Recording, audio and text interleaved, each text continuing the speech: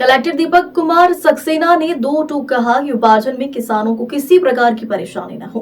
किसानों को किसी प्रकार की समस्या हुई तो संबंधित लोगों को बड़ी परेशानी होगी।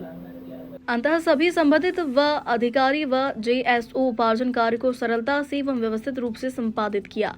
इस दौरान वेयरहाउस के किराया भुगतान के विषय में स्पष्ट रूप से कहा कि उपार्जन व्यवस्था को वेयरहाउस की समस्याओं से लिंक नहीं करी। उपार्जन होने के बाद ही वेयरहाउस में फसल रखने का काम होता है। अपर कलेक्टर दीपक कुमार सक्सेना ने कहा कि इस दिशा में आगे की कार्रवाई करें, सुनिश्चित करें कि वेयरहाउस की किराया का समय भुगतान हो। उन्होंने कहा कि उपार्जित धान के भंडारण की व्यवस्था और समस्याओं के संबंध में वेयरहाउस संचालकों के साथ कलेक्टर सभागार में विचार विमर्श किया। अभी जबलपुर जिले का किसान बहुत परेशान है। 2 तारीख से इंतजार करते करते आज 10 तारीख हो गई। इसके बाद भी जबलपुर जिले में खरीदी चालू नहीं हो रही।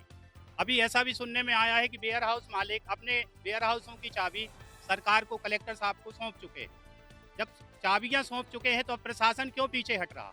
उसको खरीदी करना चाहिए प्रशासन को। इससे तो ये अंदाजा लग रहा है कि किसानों का माल नहीं खरीदा जाना, उसके लिए ये हीला हवाली कर रहे, बहानेबाजी कर रहे।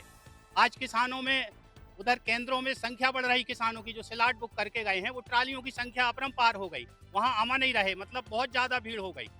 अगर 2 दिन में व्यवस्था ये दुरुस्त नहीं हो सकती तो भारतीय किसान संघ के माध्यम से हम लोग अपनी ट्रालियाँ जो भरी हुई केंद्रों पर खड़ी हैं वो कलेक्ट्रेट में ला करके सीधे यहीं पर डंप करेंगे और प्रशासन को ध्यान देंगे।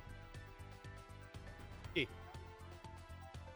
अभी माननीय कलेक्टर, अपर कलेक्टर महोदया श्रीमती मीसा सिंह से बात हुई है।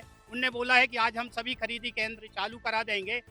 मैंने अभी जानकारी फ़ोन पर ली किसानों से, तो उनने बताया यहाँ अभी कोई व्यवस्था अभी दुरुस्त नहीं हुई।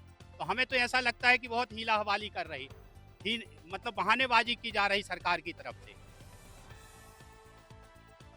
बहुत, अभी तो आधे से ज़्यादा किसान अपनी मंडियों में औने पौने दाम पे धान बेच चुके हैं, 1800-1900 में।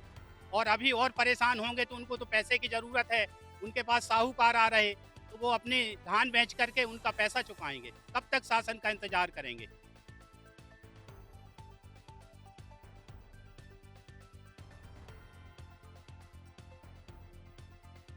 अभी हम लोग 2 दिन और देखेंगे, आज और कल।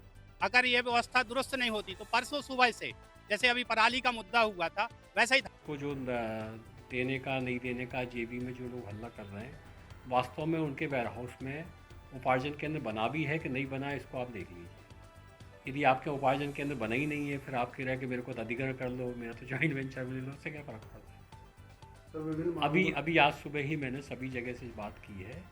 सभी जगह वेयरहाउसों में खरीदी हो रही है, माल रखा जा रहा है, किसानों को कोई दिक्कत नहीं होगी। किसानों को जो दिक्कत पहुंचाएगा उसको हम कष्ट देंगे। ये मैं बड़ा सीधा सीधा बात आपको कह रहा हूँ।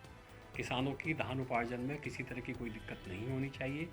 यदि दिक्कत होगी फिर वो कोई भी करे, चाहे सोसाइटी वाला करे, चाहे वेयरहाउस वाला करे, चाहे एजेंसी वाले करें, चाहे सर्वेयर करें, चाहे हमारे अधिकारी करें। उपार्जन में यदि किसानों को दिक्कत होगी तो उनको कष्ट होगा।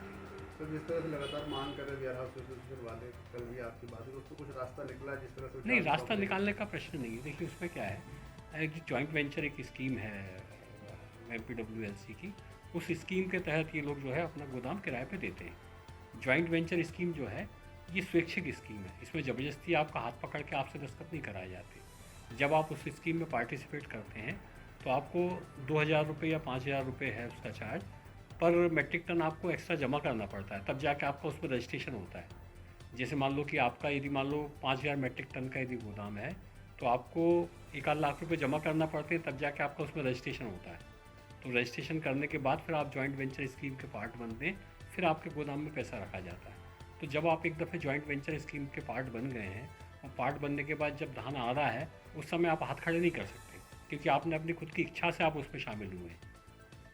आज आप माहौल बिगाड़ने के लिए सोसाइटी के साथ मिलके आपको गड़बड़ी करने का मौका नहीं मिल रहा है। इस बहाने यदि आप सोच रहे हैं कि हम उससे बाहर हो जाएंगे तो वो जिम्मेदारी से बाहर नहीं हो सकते, एक बात। दूसरी बात ये है कि जिन भी लोगों ने कल, जब आपने मीटिंग में भी देखा होगा, मीटिंग में जो लोग ज़्यादा बोल रहे थे, मैंने उनको बड़े क्लियर कट कहा था कि भाई आपके गोदाम हमने नहीं लिए हैं, तो आप बाकी जिनके गोदाम लिए हैं उनको आप कहने दीजिए।